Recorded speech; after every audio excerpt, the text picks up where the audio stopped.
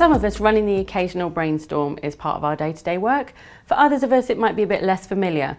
But irrespective of your experience, this video is going to give you some top tips and tricks to get the most out of your brainstorm and to get great results. So our first tip is to run a successful brainstorm. You need to let all the ideas in, the crazy ones, the wild ones, the seemingly impossible ones. And we're doing this not because we think we're going to implement those ideas straight away, but because we know that if we weed them out too soon, we're going to be left with the same old, stale, status quo, familiar ideas that we always get. But at this stage, those wild ideas are a great way to nudge our thinking on, to spark something in somebody else, and to help us come up with something a bit new and a bit different. So for now, just focus on what would be amazing if anything was possible. Have some fun, no matter how serious the challenge. And don't worry, we can test those assumptions and bring those ideas back down to earth later on. If you and your team are physically co-located, then a small group brainstorm is a really good way to get ideas started.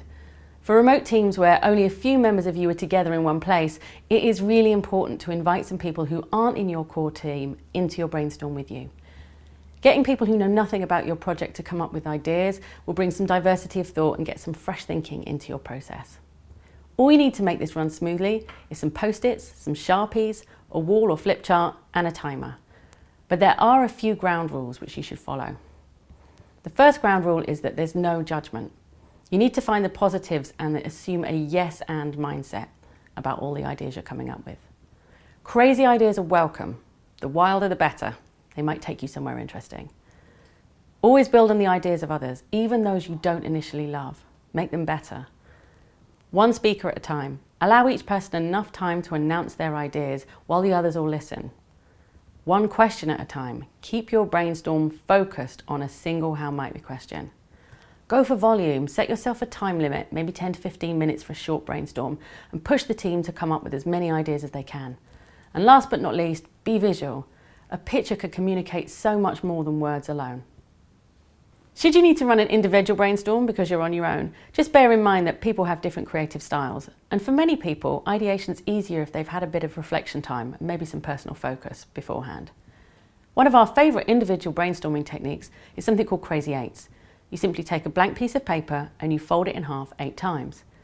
When you open it back out, you should have 8 squares.